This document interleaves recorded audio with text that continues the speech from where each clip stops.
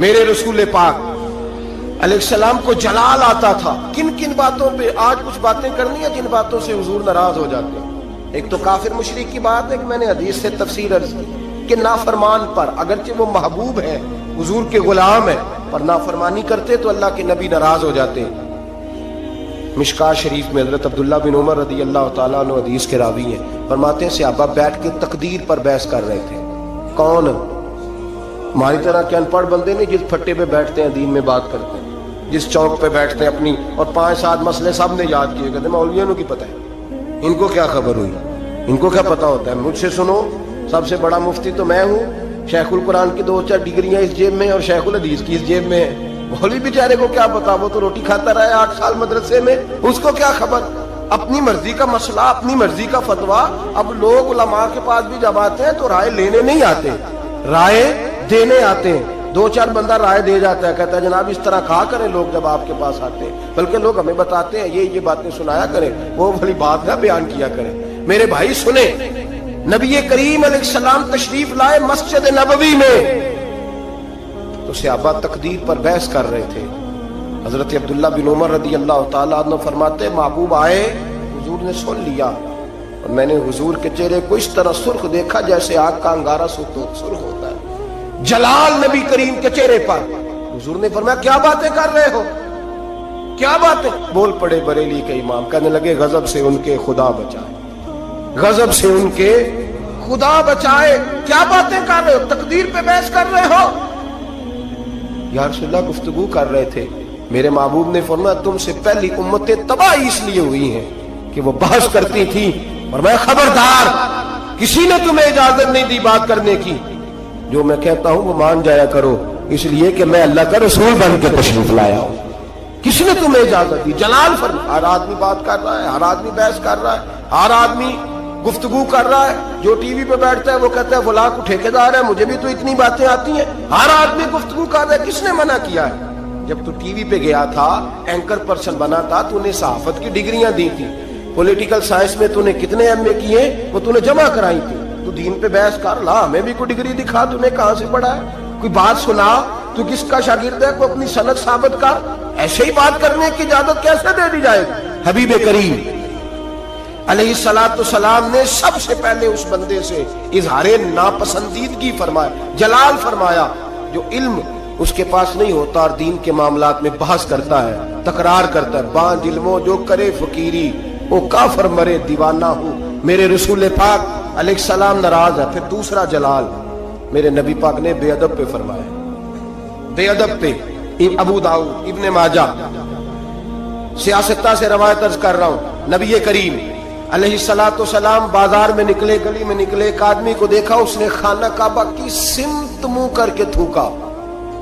کعبے کی طرف نہیں, کعبے کی سیدھے پیر کیے ہوئے ہیں. کہتے ہیں قرآن تو بڑا پڑھ رہا ہے نا, چلو کعبے کو پیر کیے ہیں تو پھر کیا ہر جائے. جی یہ کہیں کہاں لکھا ہوا ہے کہ کعبے کو پیر نہیں کرنے چاہیے؟ کس حدیث میں لکھا ہے؟ آؤ میں دکھاؤں کس حدیث میں لکھا ہے. میرے محبوب پاک سید عالم صلی اللہ علیہ وسلم مدینے میں, یہ سیاح کی روایت کر عرض کر رہا ہوں, کان اور آنکھیں اور دل کھول کے رکھا کرے.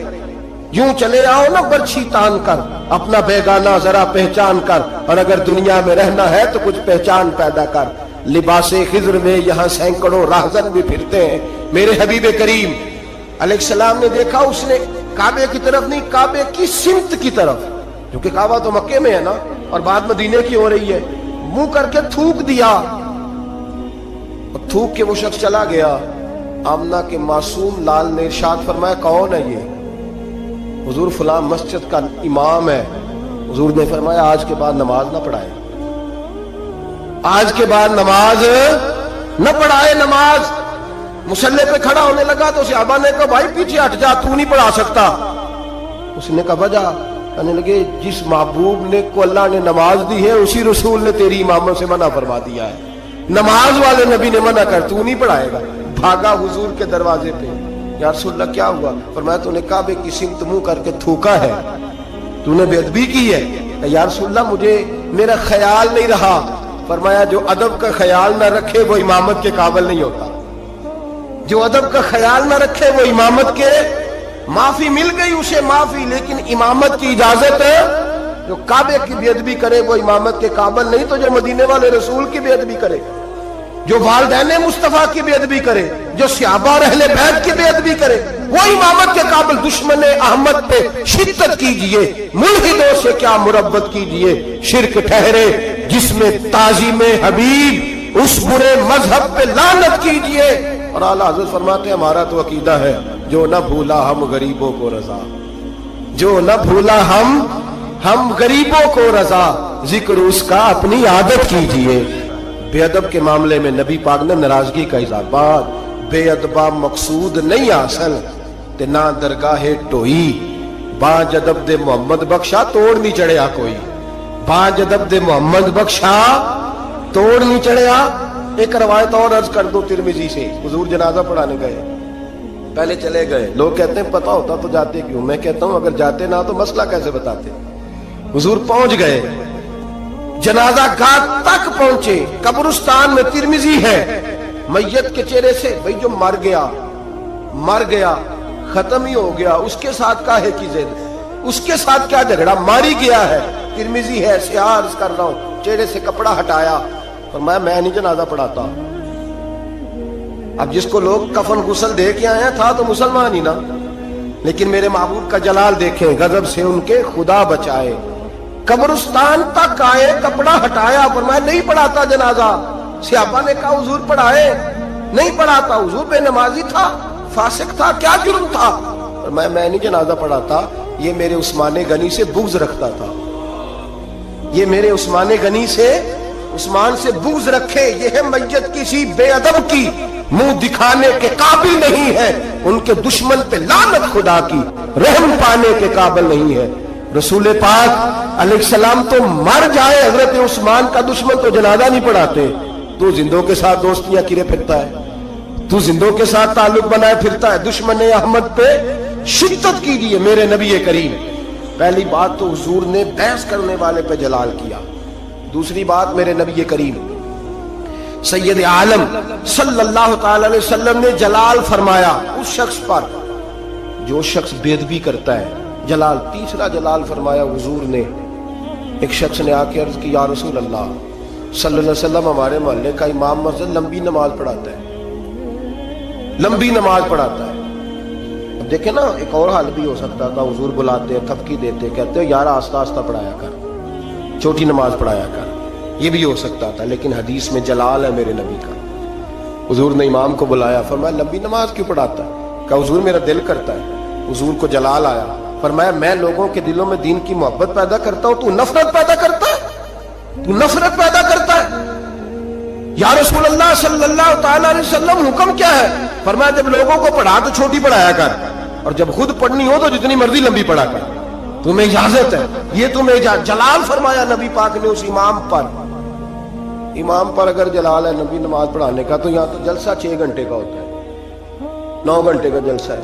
اے ان مقامی نعت خانے، اے ان ملتانی نعت خانے، اے ان پتہ نہیں کیڑے کیڑے نعت خانے، اللہ بہتر جانتا ہے، خدا خیر کرے۔ اور پھر نعت خان صاحب بھی سٹیج پہ کھڑے ہوتے ہیں، ہم تو چھوٹے لوگ ہیں تو اب بیک ہی ہو گئے ہیں، پروگرام بنایا کہ باچی جاؤ۔ میں بچوں سے کہتا ہوں یہ تو نہیں نہ ہو سکتا ساری دنیا غلط ہے اور ہم صحیح ہے، جو خود ہی سجدہ صاحب کر لیتے ہیں، ہم بیک ہو جاتے ہیں، عجیب چکر ہے۔ پھر اس نے 6-7 رکے پکڑے ہوئے، کہنا مینوں فرمائش آ گئی، یہ بھی میں نے فرمائش پڑھنی ہے، یہ بھی ہمیں فرمائش بھی کوئی نہیں کرتا کہ بے نمازی کی سزائیں تو سنا دے ذرا، ہمیں کوئی نہیں فرمائش کرتا بھی، جس نے داڑھی نہیں رکھی اس کا جرم کیا ہے، 2 حدیثیں سنائے تو صحیح، ہمیں فرمائش بھی کوئی نہیں کرتا۔ فرمائشیں بھی ساری انہیں کرتے ہیں جو 1.25 منٹ میں جنت میں پہنچا دیتے ہیں، 1.25 منٹ لگتا ہے وہ سامنے جنت ہے، اللہ ہی معاف فرمائے۔ بھئی اگر نماز لمبی کرنے سے اللہ کے رسول ناراض ہیں، جنہوں نے جلسہ اتنا لمبا کر دیا حد ہی ہو گئی ہے، حد ہو گئی، اور سب عاشق کے رسول بیٹھے ہیں اور فجر گول مول ہو گئی ہے، اللہ جانے کدھر گئی۔ میرے رسول کریم صلی اللہ علیہ وسلم نے لمبی نماز پڑھانے والے امام پر اور اتنا سخت جلال فرمایا، اتنا سخت۔ اور ایک اور جگہ پہ حضور نے فرمایا لعنتی ہے وہ امام، ملعون، اپنی اصلاح کے لیے بات کر رہا ہوں، ملعون ہے وہ امام جو لوگوں کو نماز پڑھاتا ہے پر اس کے نمازی اس سے راضی نہیں ہوتے۔ راضی کیا مطلب کہ زبردستی مسلط ہوا ہے، زبردستی مسلط ہوا ہے، وہ نہیں چاہتے اس کے پیچھے نماز پڑھنا، ہاں اگر کوئی ذاتی اناد کی وجہ سے ایسا کرتا ہے تو وہ اس حدیث کے زمرے میں ذاتی اناد ہے اس کو کہ میں آخیا سی میرے ابا جی دی قبر تے 3 قرآن کٹھے پڑھنے نہیں تے مولوی آیا نہیں بچے لے کے. یہ ذاتی اناد، یہ ذاتی اناد ہے. اس مسئلے میں نہیں کوئی شرعی قباحت ہو ایسی یا بد اخلاقی ہو یا کوئی ایسا میرے نبی کریم علیہ الصلوۃ والسلام نے اس شخص پر ناراضگی کا 31 نمبر پر اس امام پر ناراضگی کا اظہار فرمایا جو لوگوں کو نماز پڑھائے اور لوگ اس کی امامت سے راضی نہ ہو، لمبی نمازیں پڑھائے. محبوب کریم سید عالم صلی اللہ علیہ وسلم ناراض ہے. نمبر 4 محبوب پاک اس شخص سے ناراض ہوتے ہیں جو غلط بات کرتا ہے، جو اپنی چلاکی کے طور پہ نہ حضور کے پاس مقدمہ آیا، ترمذی میں موجود ہے.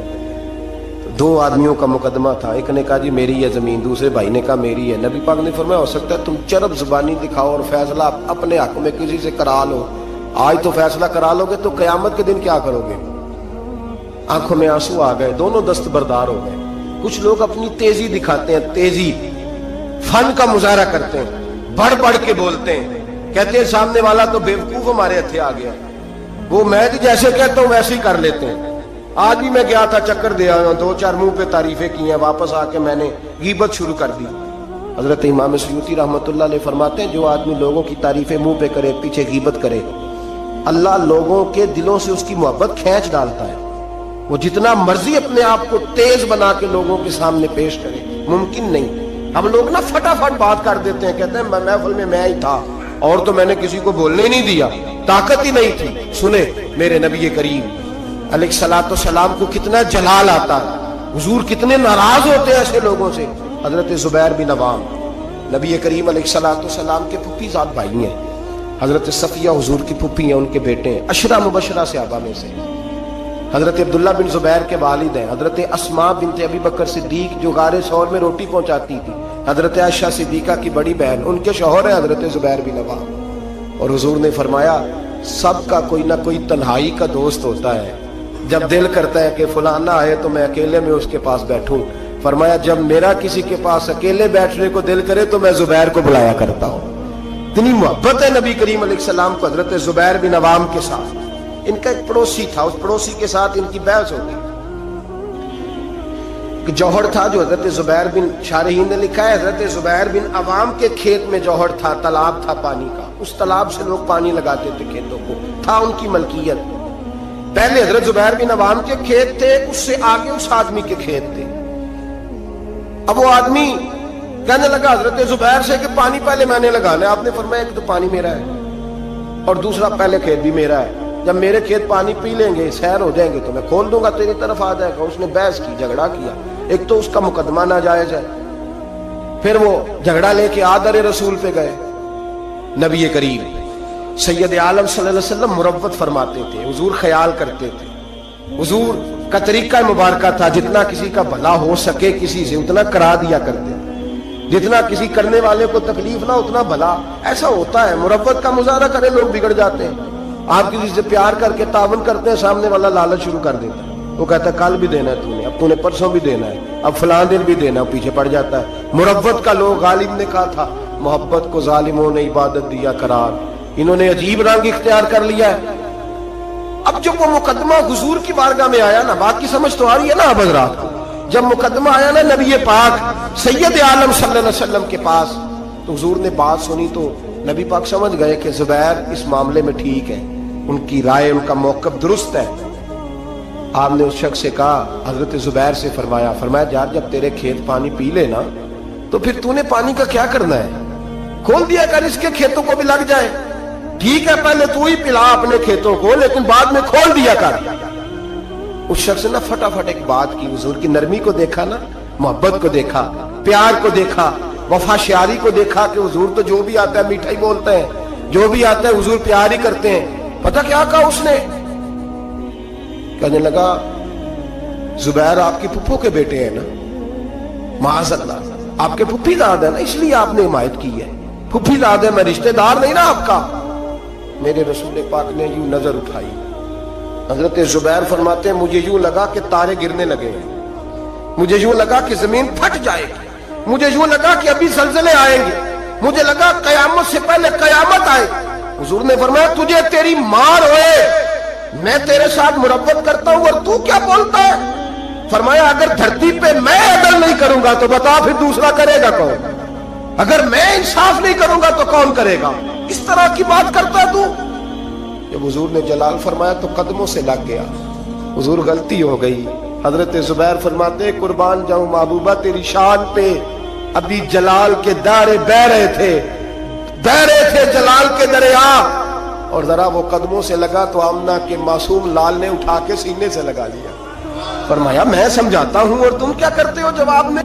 جب کوئی غلط بات کرتا ہم پتہ کیا کرتے ہیں؟ ہم جھوٹ بولتے ہیں، غلطیاں کرتے ہیں۔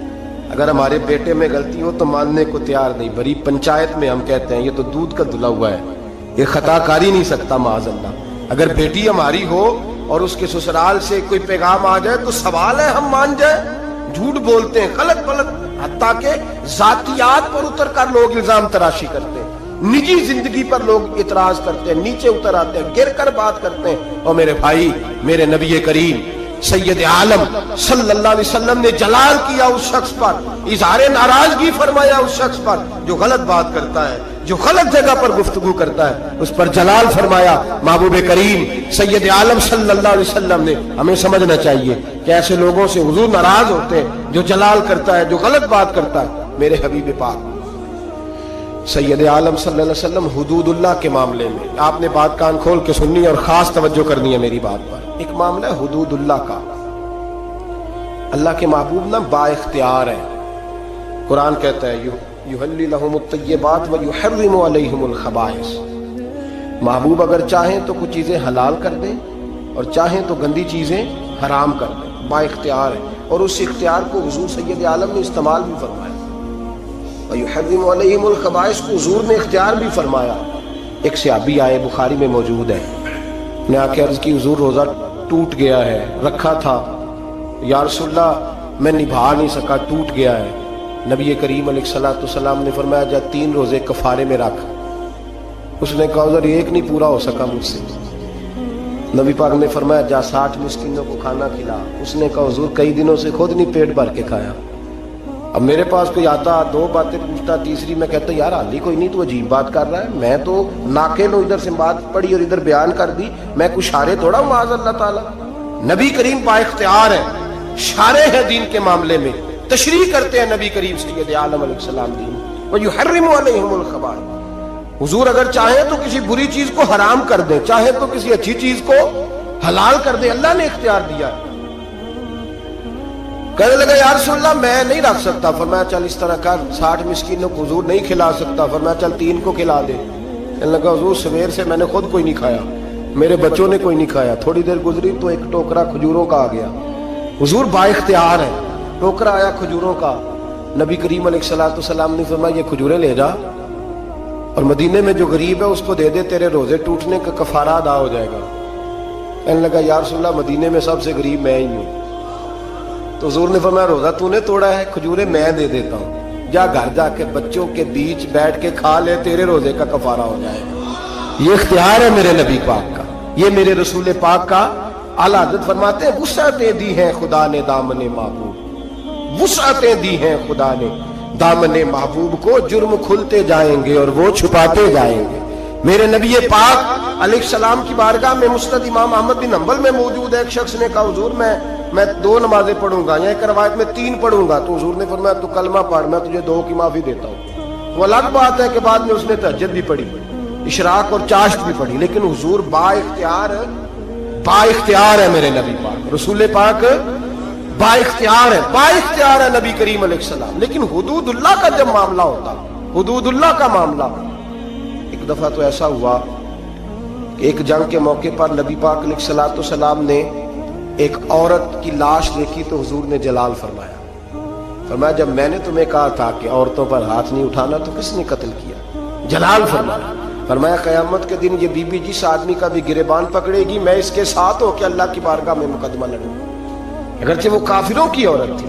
آج تو مسلمان اقتدار کے لیے کاٹ رہے ہیں نا ایک دوسرے کو، اقتدار کی جنگ، دنیا میں جنگ لگی ہوئی ہے نا، شام سے لے کر عراق تک، تو لوگ کہہ دیتے ہیں فرقوں کی جنگ ہے، میں درجنوں بار کہتا ہوں یہ اقتدار کی لڑائی ہے۔ لوگ کسی نے کوئی مذہب کا روپ دھارا ہے، کوئی دھارا ہے، اصل جنگ اقتدار کی ہے، سب کو اقتدار چاہیے۔ اور اقتدار کے لیے بھاگ دوڑ ہو رہی ہے. 4 لاکھ کے قریب حلب کے لوگ قتل ہو چکے ہیں اور ابھی تک خون سے اس زمین کو روز رنگین کیا جاتا ہے, لیکن لوگ بازی نہیں آتے. اللہ کے نبی جلال فرمایا کرتے حتیٰ کہ کوئی درخت کاٹ دیتا ناجائز کسی کا تو حضور اس پر بھی ناراض ہوتے, اور یہاں گردنیں کاٹی جاتی ہیں. بہرحال حدود اللہ کے معاملے میں نبی کریم سید عالم صلی اللہ علیہ وسلم جلال فرماتے, با اختیار ہیں, چاہتے تو کسی چیز کی تبدیلی کر دیتے. اور جو سفارش کرنے آئے وہ بھی حضرت اسامہ بن زید ہیں. ایک حد کے اسامہ بن زید کون ہے؟ اتنے محبوب ہے میرے نبی پاک کو کہ جب مکہ فتح ہوا تو حضور نے امام حسن اور حسین کو گھوڑے کی پشت پہ بٹھایا اور اسامہ بن زید کو گود میں بٹھایا. جب مال غنیمت تقسیم ہوتا تھا تو حضرت عمر فاروق جناب اسامہ بن زید کو 500 دینار زیادہ دیتے تھے. لوگ کہتے کیوں دیتے ہو؟ فرمایا اس لیے کہ نبی پاک اس سے بڑا پیار کرتے تھے. جس دن محبوب کا وصال ہوا جناب اسامہ بن زید رضی اللہ تعالیٰ عنہ کو مسلمہ کذاب کے خلاف لشکر کا سپہ سالار بنا کے نبی پاک نے بھیجا. وہ سپہ سالار تھے حضرت عمر فاروق اور مولا علی جیسے لوگ اس میں بطور سپاہی شامل تھے. غلام کے بیٹے سے اتنا پیار, اور اس دھرتی نے وہ نظارہ بھی دیکھا جب حضور حج کے موقع پر عرفات سے مزدلفہ کے لیے نکلے. حضور نے فرمایا ٹھہر جاؤ, ایک بندہ رہ گیا ہے, وہ آئے گا تو مزدلفہ جائیں گے. تو کچھ نو مسلم صحابہ تھے, وہ کہنے لگے ہم نے سوچا کسی قبیلے کے سردار کی بات ہو رہی ہے, لیکن تھوڑی دیر گزری تو کالے رنگ اور موٹی ناک والے اسامہ بن زید آ گئے. میرے محبوب نے فرمایا یہ میرا غلام زیادہ ہے, پیچھے رہ گیا. جب تک یہ نہ آتا قافلہ نہ چلتا. ایک طرف محبت کا یہ حال, اور دوسری جانب فتح مکہ کے موقع پر قریش کی ایک بی بی نے چوری کر لی. مقدمہ دائر ہوا, تفتیش کے بعد جرم ثابت ہو گیا.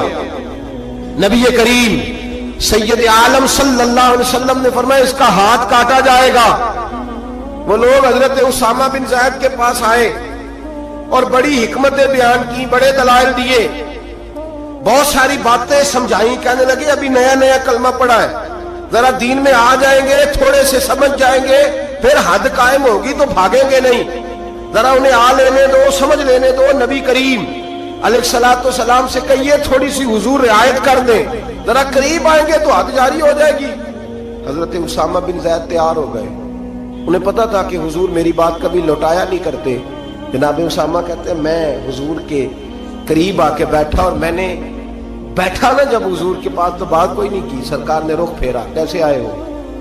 عرض کیا یا رسول اللہ. سب کہیے گا صلی اللہ علیہ وسلم. میں نے عرض کی حضور ایک چھوٹی سی بات کرنی تھی. تو حضور نے فرمایا کرو. یا رسول اللہ بات ذرا مشکل ہے. فرمایا تو کر تو صحیح. حضور وہ چھوٹی سی سفارش. فرمایا بول بات کر اسامہ, تیری بات کون لوٹاتا ہے؟ جناب اسامہ بن زید کہتے ہیں میں نے کہا حضور وہ قریش کی بی بی جس پر چوری ثابت ہو گئی ہے, اگر اسے تھوڑی رعایت مل جائے تو اس کا قافلہ نیا نیا آیا ہے, قبیلہ نیا نیا اسلام قبول کیا, حضور تھوڑی رعایت مل جائے تو چلو پختگی کے بعد جیسے آپ چاہیں گے. میرے محبوب نے رخ پھیرا تو جناب اسامہ بن زید کہتے ہیں میرا وجود تھر تھر کانپنے لگا, بس غضب سے ان کے خدا بچائے. فرماتے ہیں میں کانپنے لگا. نبی پاک نے فرمایا اسامہ مجھے تو بڑا پیارا ہے, بڑا عزیز ہے, پر میں رب کریم کے حدود کے معاملے میں کسی کی پرواہ نہیں کرتا. جہاں الدل کا حدود اللہ, یہ اللہ کی حدیں ہیں, اس معاملے میں کسی شخص کی رعایت نہیں کرتا.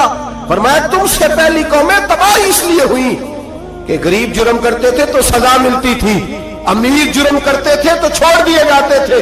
فرمایا خبردار تم نے جرأت کیسے کی اس معاملے میں سفارش کرنے کی؟ اسامہ کہتے ہیں میں ہانپتا کامتا لرزتا مسجد سے چلا گیا. صبح کی بات تھی, جمعے کا خطبہ شروع ہوا, مدینے والے محبوب منبر پہ بیٹھے. جناب اسامہ فرماتے ہیں میرا وجود تھر تھر کانپ رہا تھا. میرے محبوب کے جملے, حضور نے بات کہاں سے شروع کی؟ فرماتے ہیں ہم سب جانتے تھے کہ نبی پاک کو سب سے زیادہ محبت حضرت جناب سیدہ فاطمہ زہرا کے ساتھ ہے, سب سے زیادہ پیار ان سے کرتے. اتنی دفعہ جناب فاطمہ آتی, کھڑے ہو کے استقبال ہوتا, اور فرمایا فاطمہ تو بدعت منی, یہ تو میرے وجود کا حصہ ہے, یہ تو میرے جگر کا ٹکڑا ہے. فرماتے ہیں نبی پاک علیہ السلام نے جملے کیا ارشاد فرمائے؟ فرمایا لوگوں کو کیا ہو گیا ہے, اللہ کی حد کے معاملے میں سفارش کرتے ہیں. فرمایا مجھے قسم ہے اللہ کی عزت کی اگر میری بیٹی فاطمہ بھی چوری کرتی تو میں اس کا ہاتھ کاٹ ڈالتا. فاطمہ بنت محمد کو بھی سزا ہوتی. بھیا لفظ کیا ہے؟ محبوب نے فرمایا میں اپنی محبت پر پیر رکھتا, محبت کچل ڈالتا, لیکن اللہ کے دین کو نافذ کرتا. میں فاطمہ کے ساتھ, بات کو سمجھ رہے ہیں آپ حضرات؟ میرا جملہ آپ نے سمجھا نہیں. فرمایا میں اپنی محبت کو کچل ڈالتا, اپنی محبت کو, بولیے, اپنی محبت کو گویا کچل ڈالتا, اور اللہ کے دین کو, میں دین کے معاملے میں کسی کی رعایت, یہاں تو پیر صاحب کہتے ہیں تبلیغ کی تو بگڑ جائیں گے, ان کو کہہ دیا دین پہ عمل کرو تو یہ آئیں گے نہیں. کہتے میں تینوں خواب دیکھی سی راتی تو مینوں نظر آیا سا, بابا فرید صاحب بھی تینوں یاد کر رہے تھے میری خواب میں. اس کو چڑھایا جاتا ہے, بڑھایا جاتا ہے, لیکن اس کو ڈانٹا نہیں جاتا شرعی معاملات میں. کہتے ہیں ہمارا خیال رکھتا ہے نا, اتنا ہی کافی, دین کا رکھے چاہے نہ رکھے. میرے عزیز, میرے نبی کریم سید عالم صلی اللہ تعالی علیہ وآلہ وسلم نے حدود اللہ کے معاملے میں سخت حکم دیا. یہاں لوگ کہتے ہیں میرا پتر نہیں مانتا, وہ کہتا ہے ساری رات ناچ گانا کرنا ہے, نہیں جی, منڈا نہیں مانتا. محبت دیکھنی ہے کہ دین دیکھنا ہے؟ نہ بولو, لیکن بات تو سچی ہے نا, بولے نہ بے شک آپ حضرات, لیکن بات تو سچ. محبت دیکھنی ہے کہ دین؟ چلو جنہیں بولو انہیں تو دیکھو گے نا انشاءاللہ تعالی, باقی بھی انہیں دیکھ کے ہی صحیح انشاءاللہ تعالی. بیٹے کی بات ماننی چاہیے کہ نبی پاک کی؟ باپ کی بات ماننی ہے کہ نبی پاک کی؟ بھائی کی بات ماننی ہے کہ نبی پاک کی؟ کہتے جی وہ فلاں نہیں مانتا. کیا مطلب ہے تیرا؟ میرے نبی کریم سید عالم صلی اللہ علیہ وسلم نے فرمایا اسامہ تجھ سے تو بڑا پیار ہے نا, لیکن فاطمہ سے مجھے سب سے زیادہ پیار ہے. اگر فاطمہ بنت محمد بھی چوری کرتی تو میں پیار نہ دیکھتا, میں رب کا دین دیکھتا, میں حدود اللہ نافذ کرتا. حدود اللہ. نبی پاک سید عالم صلی اللہ علیہ وسلم کو جلال آتا تھا جب کوئی اللہ کی حد توڑتا تھا. نبی رحمت علیہ, اصل بات کیا تھی؟ بڑی محنت سے حضور نے دین سجایا, بڑی محنت سے. ہم لوگ کہتے ہیں نا میرا خون پسینہ شامل ہے, اور میرے بھائی اس دین کی بنیادوں میں میرے رسول کا خون پسینہ شامل ہے. صحابہ کہتے ہیں جب مسجد نبی بنائی تو حضور جب اینٹیں اٹھاتے تھے تو پسینہ بہہ کے اینٹوں پہ گرتا تھا, اسی لیے تو آج تک وہاں سے خوشبو آتی ہے, اس لیے تو آج تک وہاں سے خوشبو آتی ہے. حضور کا پسینہ گرتا تھا. اور احد میں میرے رسول پاک نے یوں اپنے خون کو اپنے ہاتھوں پہ رکھ لیا اور کہا اللہ تو دیکھ رہا ہے نا, یہ مجھے جانتے نہیں, انہیں ہدایت کا نور عطا فرما دے. اور میرے بھائی خون پسینہ حضور نے دین سینچا, سوارا, اپنی اولاد کی قربانی دی. جس مکان کو تو نے اپنے ہاتھ سے ٹائلیں لگائی ہو, تیرا اپنا بیٹا بھی وہ ٹائل توڑ دے تو تھپڑ مارتا ہے. وہ تجھے پتا نہیں میں نے پردیس کاٹ کاٹ کے بنایا ہے اور تو توڑ رہا ہے. معمولی سمجھتے ہو دین کی دھجیاں بکھیرنا؟ جب تو دین کی نافرمانی کرتا ہے تو مدینے والے رسول کا دل دکھ جاتا ہے. گویا حضور فرماتے ہیں کیا کر رہے ہو, میں نے بڑی مشقت سے تمہیں دین دیا ہے, میں نے خون پسینہ لگا کے تم تک پہنچایا تھا, تم نے ایک رات میں اڑا کے رکھ دیا, تم نے چند منٹوں میں تباہی لگا دی سارے دین کی, ساری شریعت کی دھجیاں بکھیر دی.